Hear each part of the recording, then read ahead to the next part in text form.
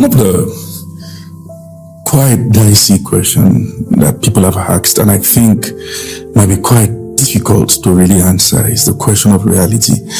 Sometimes you want to describe reality as what can be seen, felt, and touched, which in a way looks reasonable until you find out that there are also other aspects of reality that can be seen and touched, but yet they are real.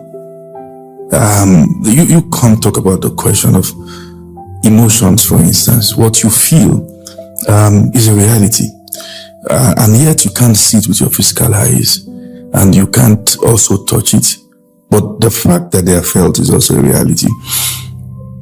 So I think reality as a subject goes beyond just sight and the material world as we have it. I think the subject of reality talks about the subject of everything that is, whether seen or invisible, whether can be touched or can be felt. And what that necessarily means is that the subject of reality goes beyond what you know. So what that means is that, let's take the universe, for instance, the material universe, or what we call the observable universe. You look at the Milky Way, the galaxies, the constellation of the stars, but you see that inside that big cocoon, there are cocoons. I try to teach this and explain this in my mentorship academy, where I was showing the students about different realities that exist around us. For instance, we're in the planet called Earth, but in that planet there are continents, in the continent there are countries, in the countries there are counties or states, in the states there are, in some places there are tribes, and everyone is given the opportunity to experience reality at their micro level.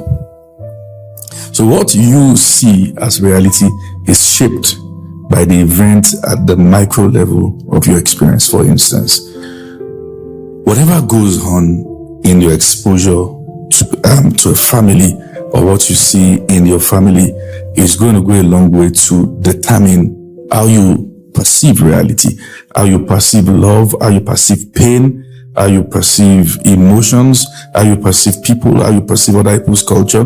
What that means is that what happens in your micro environment is that your idea of reality is shaped in that form, whether your exposure to church, whether your exposure to your family, whether your exposure to your school. So what that does is that every micro experience that we have introduce us to the way we are going to go further to perceive reality.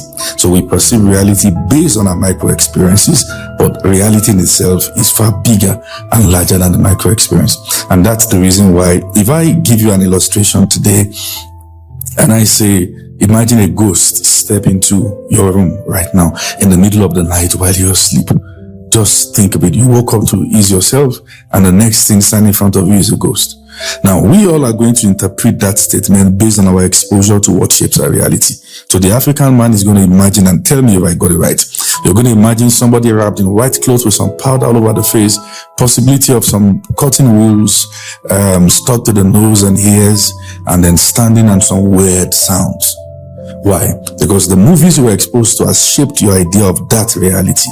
And then maybe for someone from the other part of the world is going to also experience, is going to interpret that illustration based on what the movies that are projected, whether somebody in suit or someone with some pale face and all that. So what happens is that our exposure, the things we're exposed to, will further go ahead to shape the way we see and perceive life in itself. So what that means is none of us sees reality.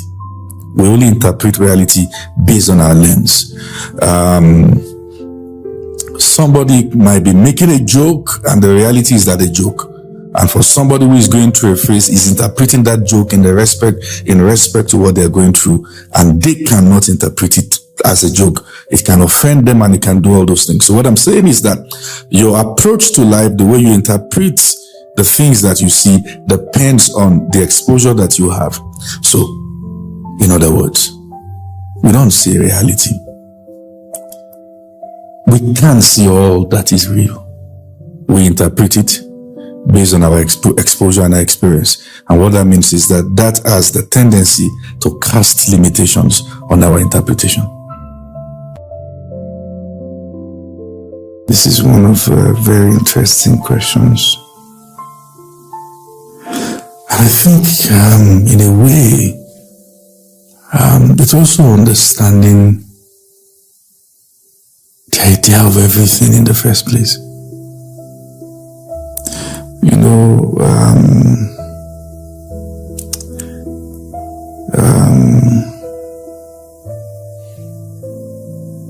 Christians, we like our comfort and the sense of what is generally acceptable. That fear of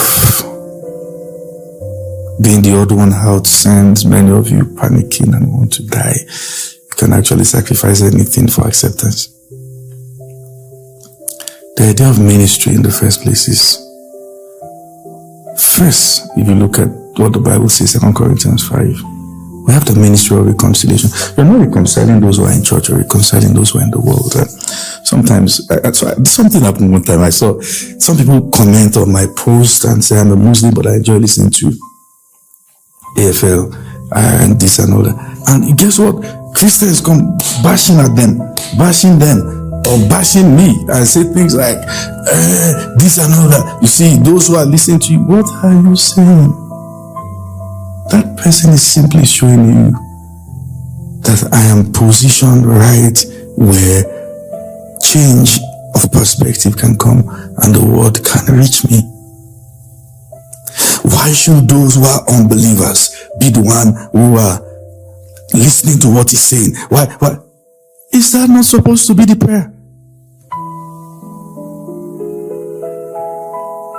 Oh, it should only be for Christians. Then those who are outside can go and die. What are you talking about? The reason we think like this oftentimes is because religion has destroyed our minds. Many people who think they are ministers who probably have even fought Jesus if they were in his time. You ask yourself and think about it. Which category would you have fit into if you were in the days of Jesus, the Pharisee, or those who believe in his ministry, or even among the disciples? Think about the fact that a woman was caught in the very act of adultery, according to them. They say, we caught the very act of adultery. They didn't bring the man that they caught her with, but they caught the woman because, it was a world that believed that women alone should suffer for. And the cultures at that time, they understand. And Jesus stood there at the intersection of culture and faith. Difficult place to stand, not because of those who are in the world, but because of those who said they are the synagogue, those who said, not synagogue, those who said they are the temple keepers, the Pharisees, the priests.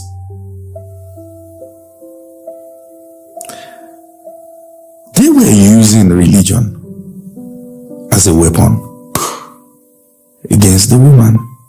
But he stood there, wrote on the floor, and then said, if anyone amongst you have not done sin, let him be the first to cast the stone. One after the other, they were convicted in their hearts, began to drop their stones, and then left her.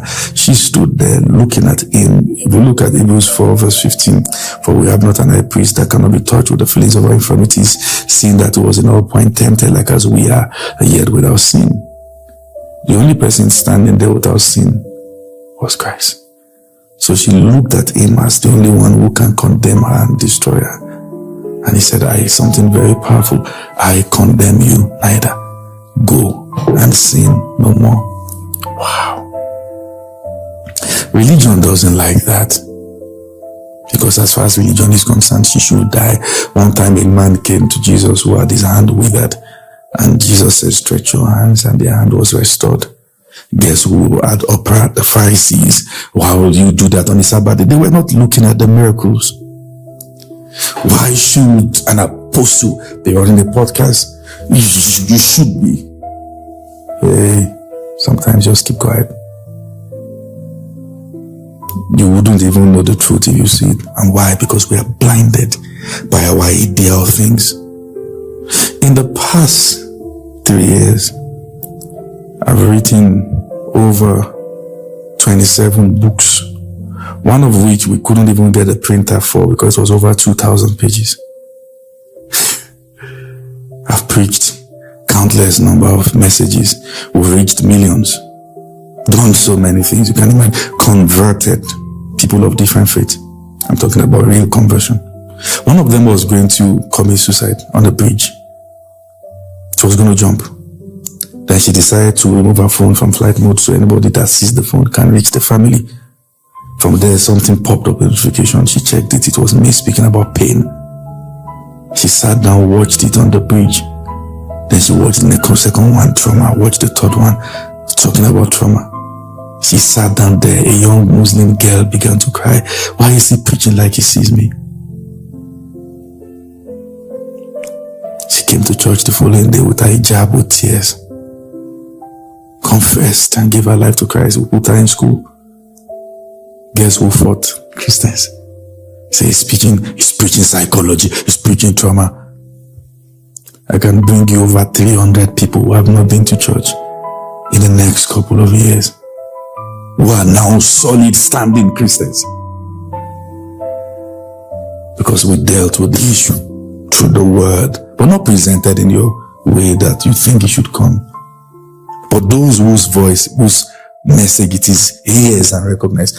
The danger of only trying to see God through one lens had destroyed the faith more than anything else. When we're going to leave Abuja, a young lady came to me, and at this point I'm close to tears. And she said, I used to do co-op, I used to sleep with men, sleep around. Ever since I started sitting under your teaching, I've not been able to do that. She said, look at me. She was in tears. She said, look at me. Look at me. This is the 3rd year. I've not slept with anybody. I've been serving God. Look at me, she said. I could only think of one thing while she was speaking. This is changing lives. We can share stories, have experiences. One of my mentees was speaking at the conference. And what she said, I've never forget, I can't forget. She said, I was like that woman caught in adultery. And this man has covered me and stood by me, helped me through his sermons. Why is it that when God is in the business of restoring, shaping a generation, the people who are far to see and sad to see are those who believe that they hold the mic, they are ministers? You can switch sides and the devil begin to use your zeal because there's no love in your heart. The purpose of light has always been beyond the midst of light. It is to shed light in the midst of darkness. And I want to say this emphatically, just in case what we're doing is offensive. We have a movie in the pipeline,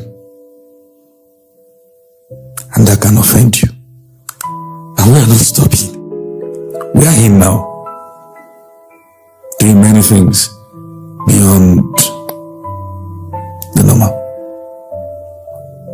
So as I read the Bible, I look at Jesus. He wasn't conventional. Who were those who said crucify him? The religious focus at that time. Why?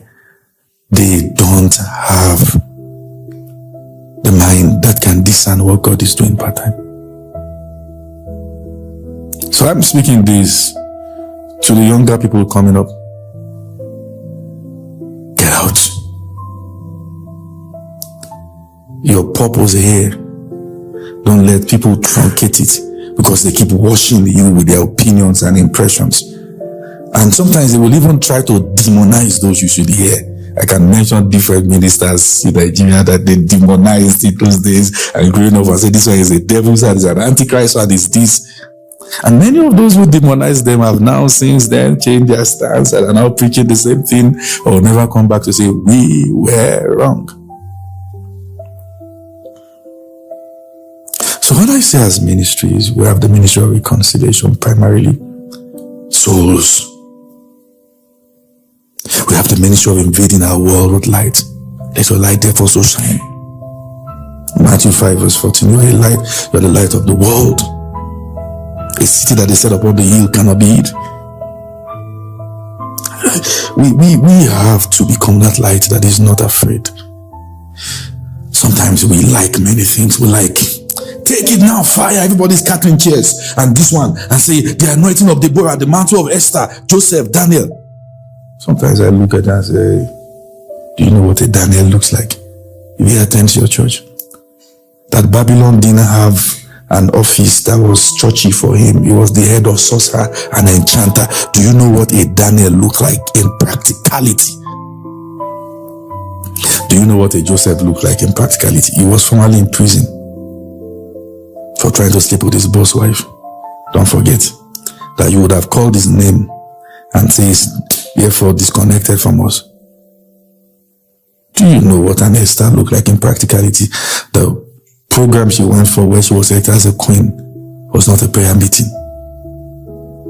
Do you know what a Deborah looked like in practicality?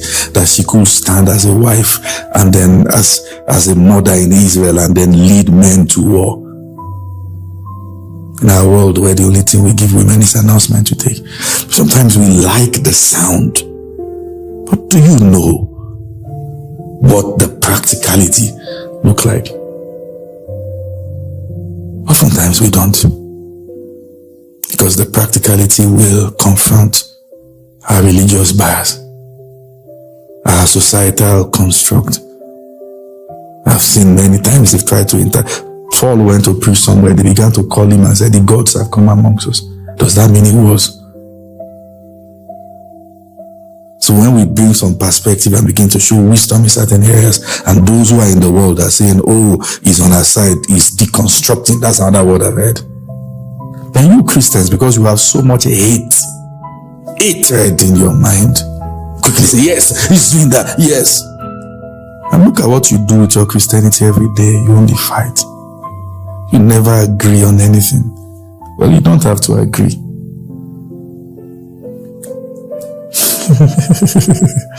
Use that energy to reach the unreached, and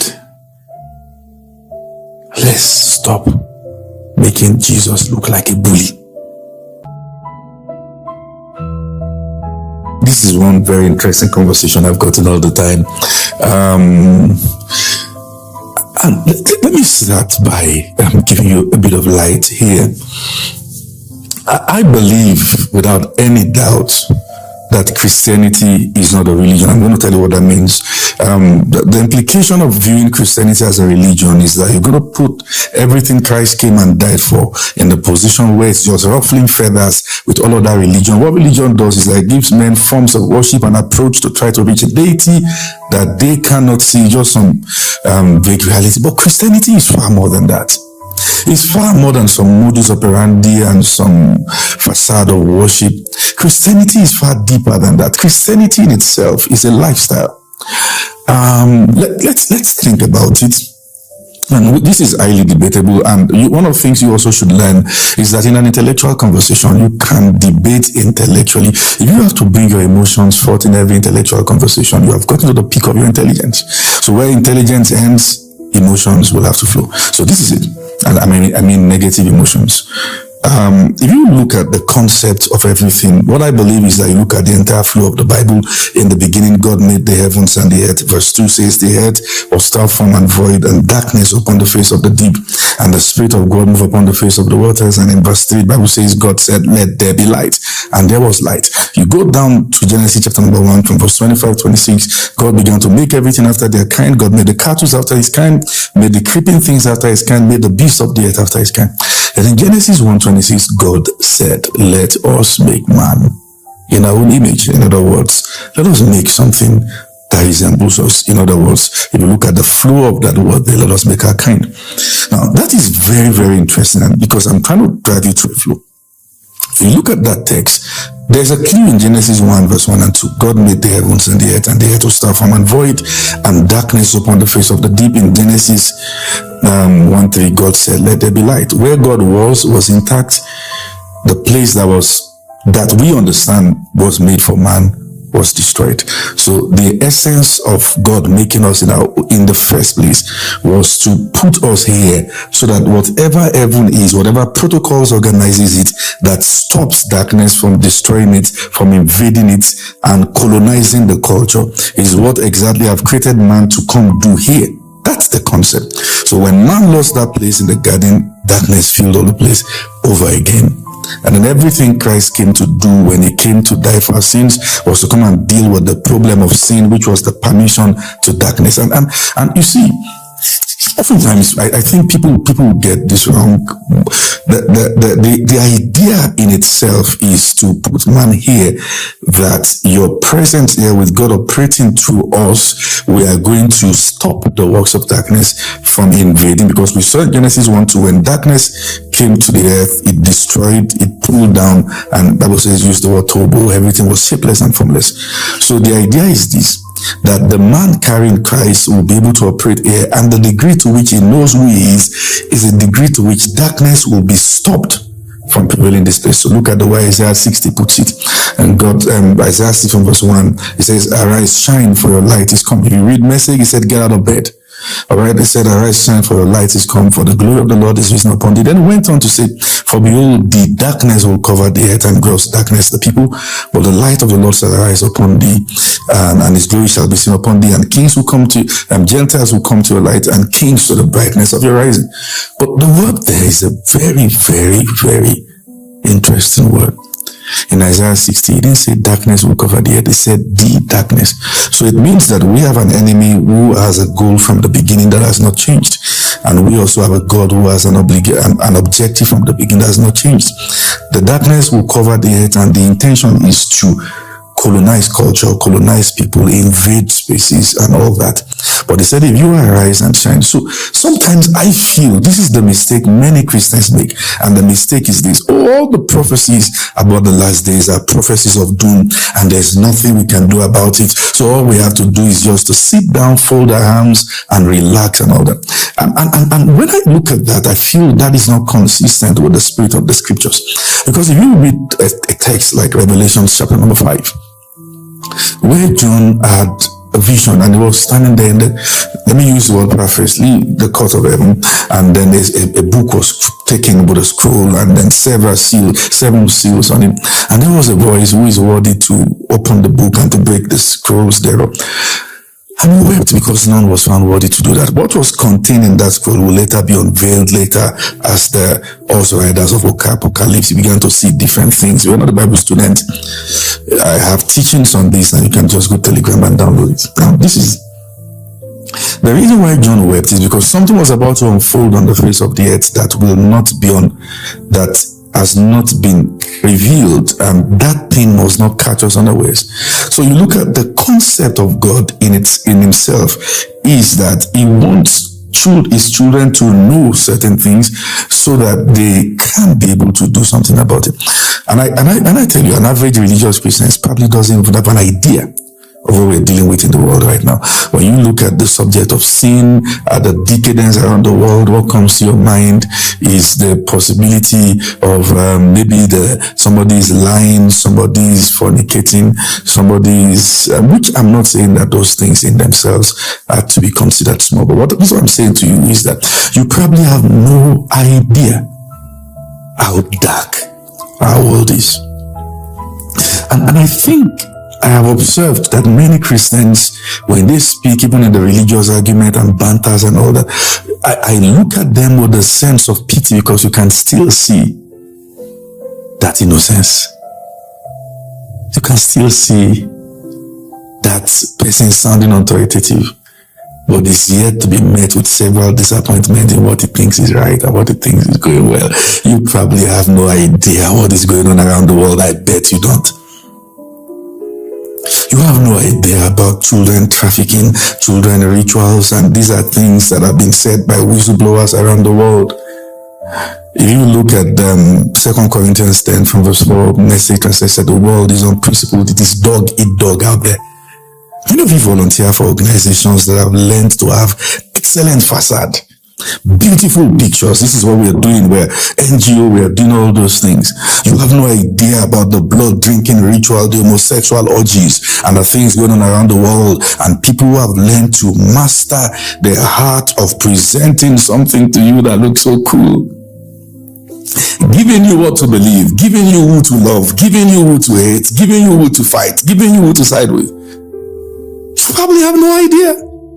And that's why I think many Christians, in their deception of not knowing what is going on around the world, lock themselves in church walls and believe that everything going on there is all there is, and that's as far as God wants us to go.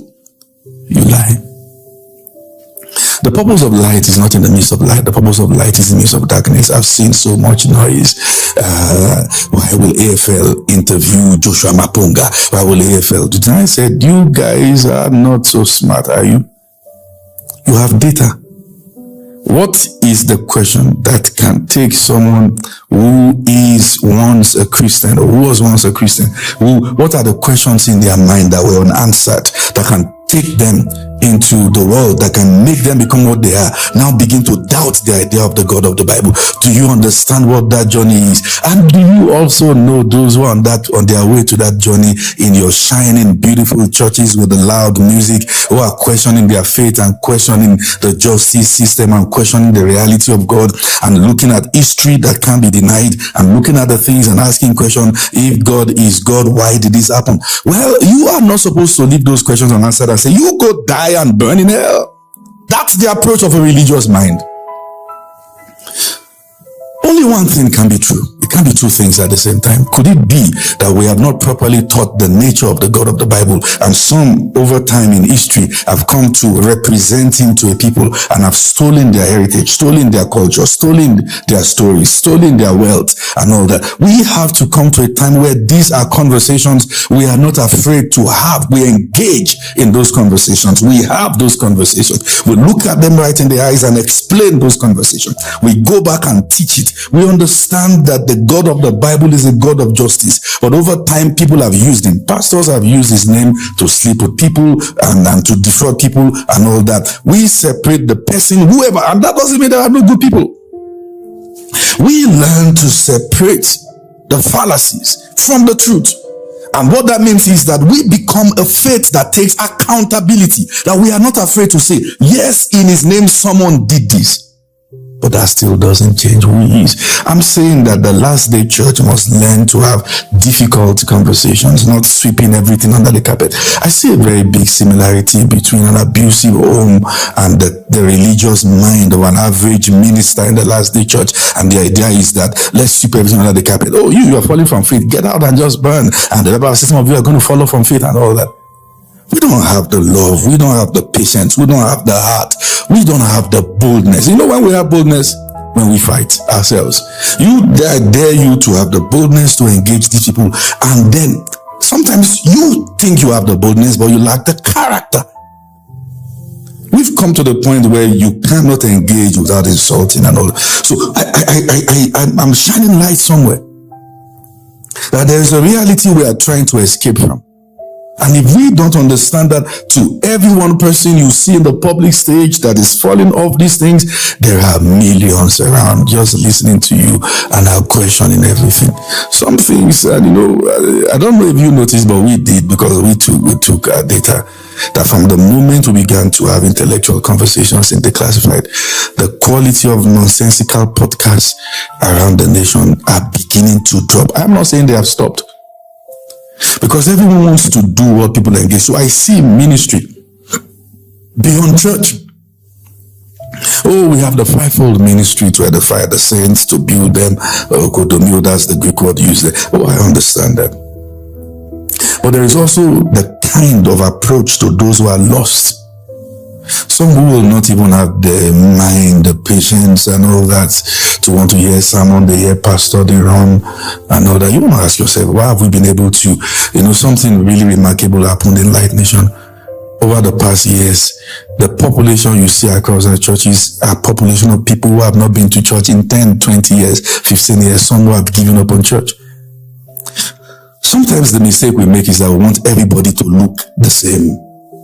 And the implication of that is that they are only going to be able to influence and affect the same kind of people. So over the years, we've not gotten the concept of ministry the way we should, and that has opened the door for the enemy to come, invade our children, hijack them, and done so many things, introduced them to different strange cultures around the world, hijacked governments, and some of you still argue, I'm surprised it's still an argument in this century, you still argue that maybe Christians should be involved in politics, and the idea is not even whether Christians should be involved in politics, particularly not Christians who see Christianity as a religion, because there's therefore no difference between them and even those who are outright thieves. They do the exact same things. We've seen pastors in politics who steal, we've seen them. So it's just the exact same thing. I think it is those that the kingdom is formed in their minds, not just wearing the badge of Christianity and using it to bully and all that. It is those who understand exactly what God should do. And sometimes they are not even Christians. And the history of nations have shown us that. So my concept of faith is, I believe without a doubt that Jesus is the way to heaven. And without him, no one will see the Father. You can't question that. You can't question that. And they say, by what yardstick? And that's why it's called faith. That everything the Bible has said is true. And these are inspired words by the Holy Spirit. And everything written is inspired and is true. I believe that Jesus is the only way to heaven. And without him, no one can see the Father. I believe that Christianity is more than a religion. And I believe that ministry is more than the church walls. There is what we must do to influence and change culture and change taste. But we must get involved in everything that people see and shape the way they think and behave. Some people believe that Christians should not get involved in movies and all that. But your children are watching movies of homosexuals and are becoming one. Why? Because anywhere light vacates, darkness becomes your chromatic reality of that place. You're welcome.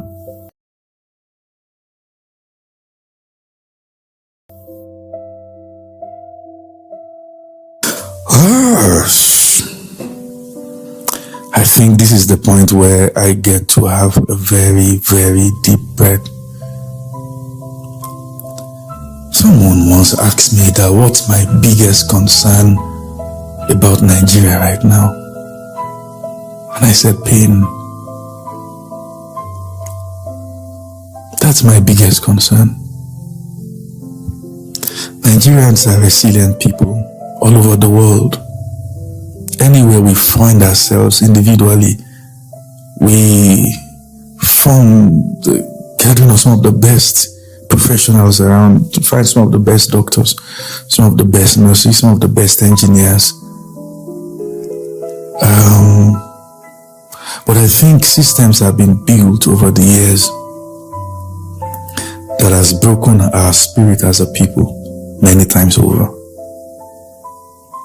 And that has put us in the place where we cannot respond any other way than from pain.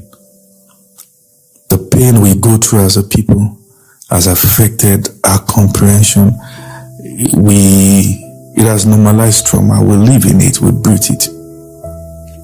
And you can't blame the people who consistently system combat to break their soul again and again.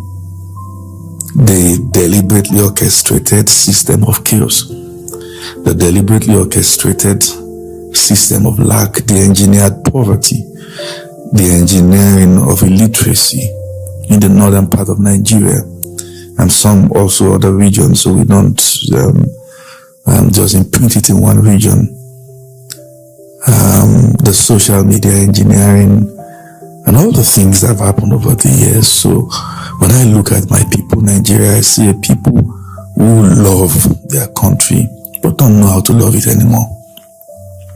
And the issue is that in this kind of situation that we have found ourselves as a people, it is difficult for anybody to come and even bring perspective that can shape and shift and bring the nation to the right place we should be without the person himself or themselves becoming demonized first.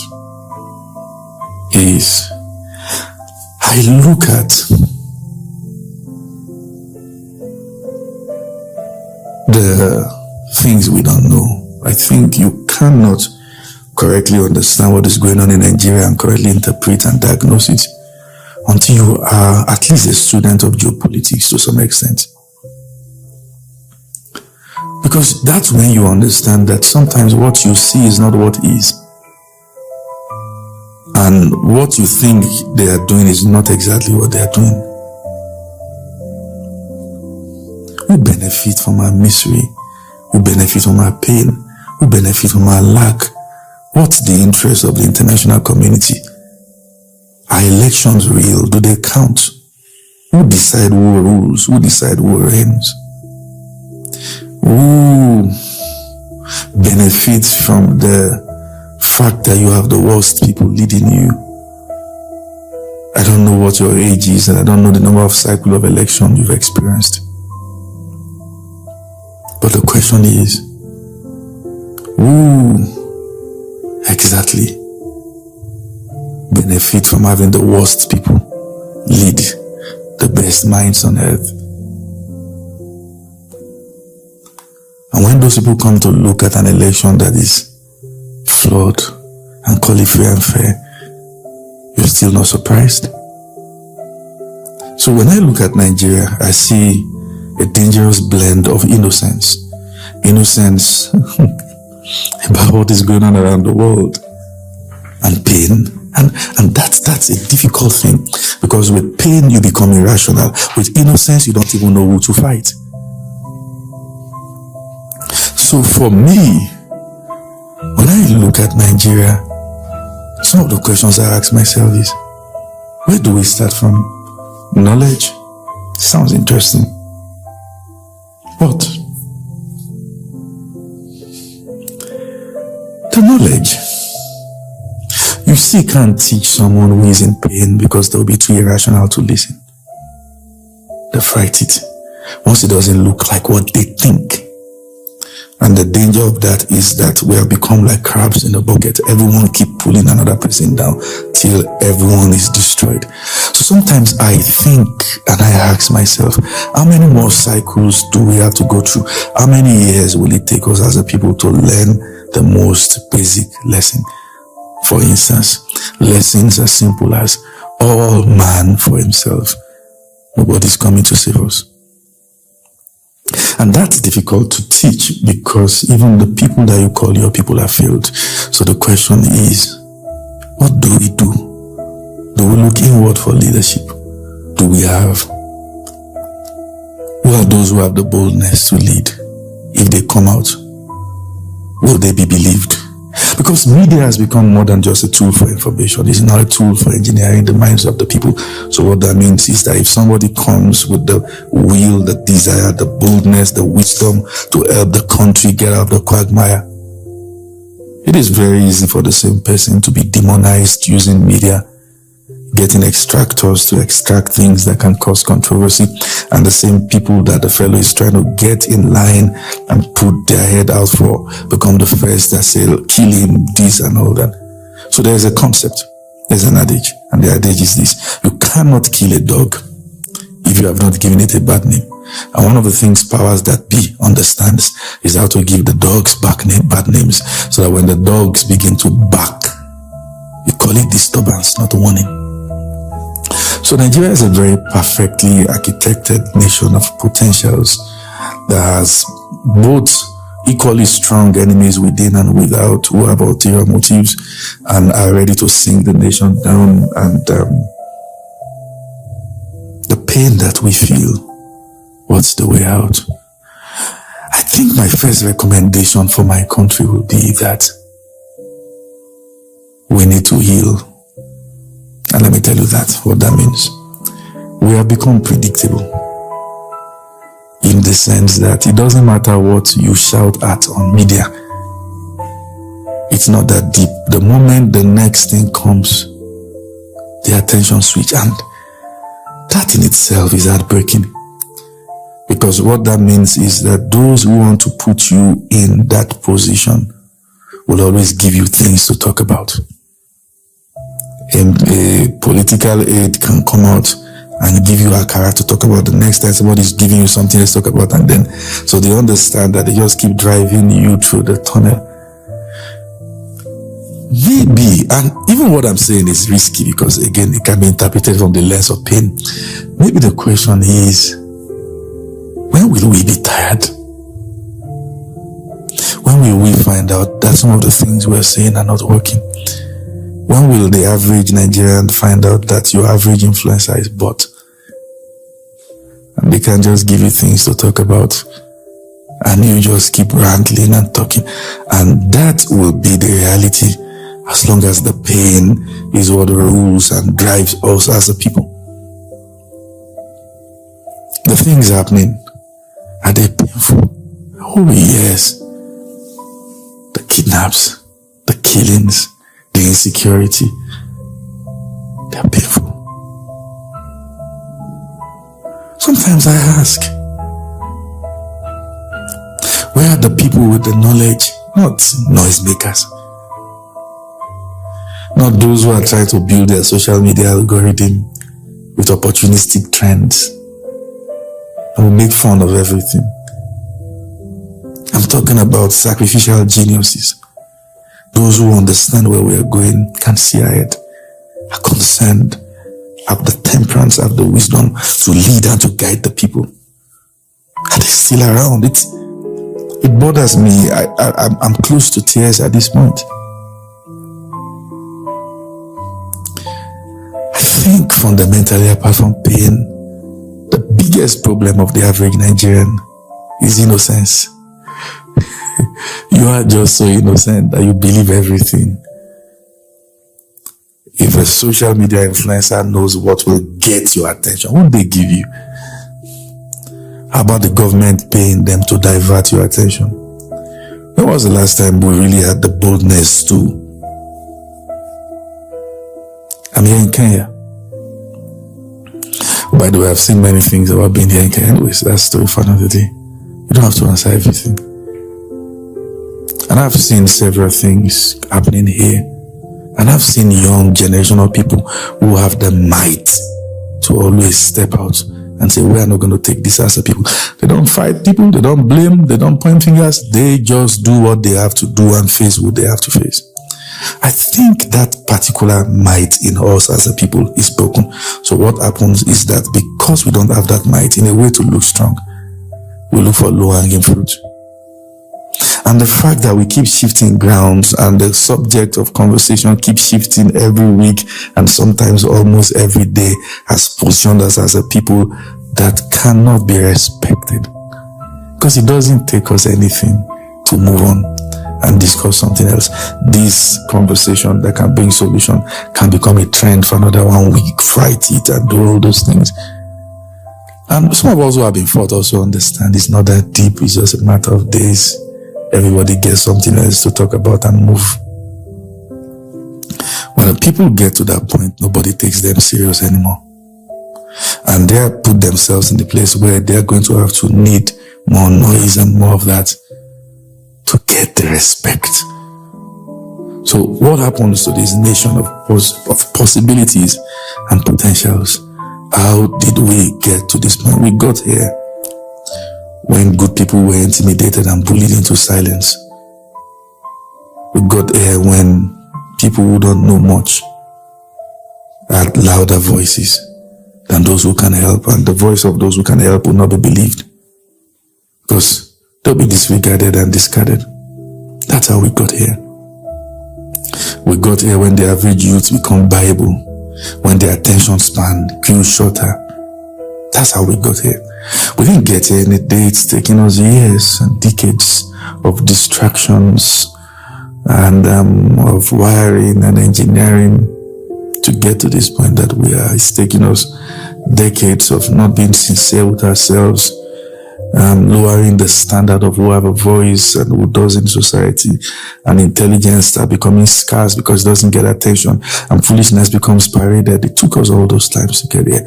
The question is, if we continue, what kind of nation will our children meet? That's a very important question. What kind of Nigeria? What kind of country? What will they meet as intelligent? Who will be their influencers? Who will shape their minds? So another very important question I ask myself is whether or not we're ready for what we are crying for. Because if we are all beneficiaries of corruption, we will not be glad when the real change comes. And I speak that about all of us, all our institutions, everything we have built, all of us. So I believe that Nigeria is a nation that every African country on the continent is waiting for to take our firstborn position and begin to lead in the things you should lead in the perspective. We have a president who doesn't just want to do roads and build hospitals, but one who also understands the systemic decimation of African countries, who understand the game. One who loves the people genuinely and wants to improve their quality of lives. I think we are going to see that nation, and I think it's going to take a lot from all of us. And we are not just going to put that in hope till we come to the point where we see that we all have a role to play in building such a world. We have contributions, what we endorse, what we laugh at, what we cheer, what we... One said, this is one of the most powerful quotes I've seen, I'm not afraid of your boost because I've seen what you cheered. When we get to that point where we become disciplined as a people, that what doesn't make sense doesn't make collective sense, and we are not going to platform ignorance and foolishness. I think when we begin to individually change as a people, it will accumulate to general, national transformation. So,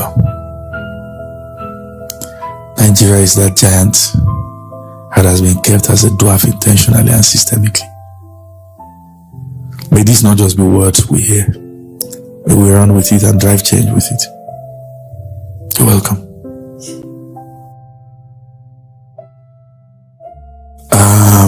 The subject of our continent, Africa, is a very interesting one. I always love to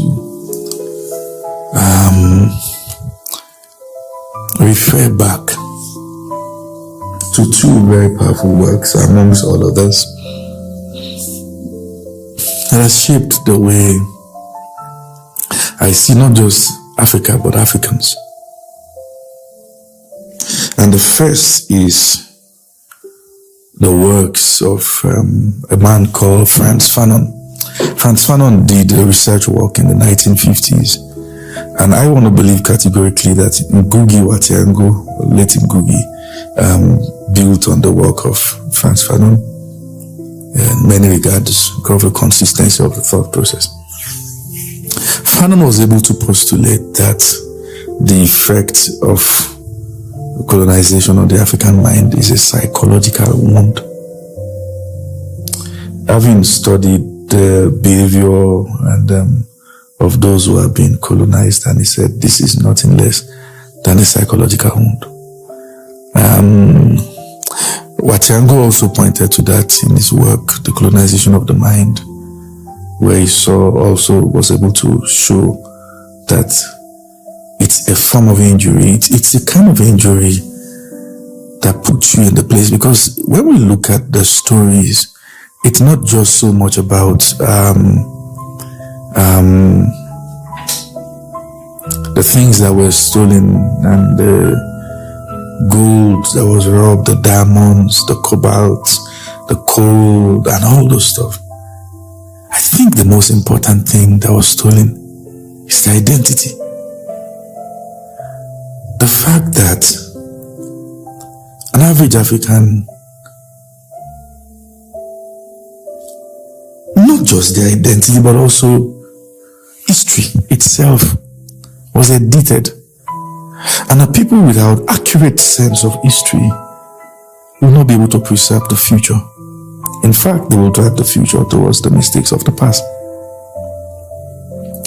So when I look at Africa as a people, I still see littered all over the place the wounds of colonization, the injury of all those things. And when I talk about colonization, I'm talking about the things that have happened over the years. And now we must understand that it's both internal and external.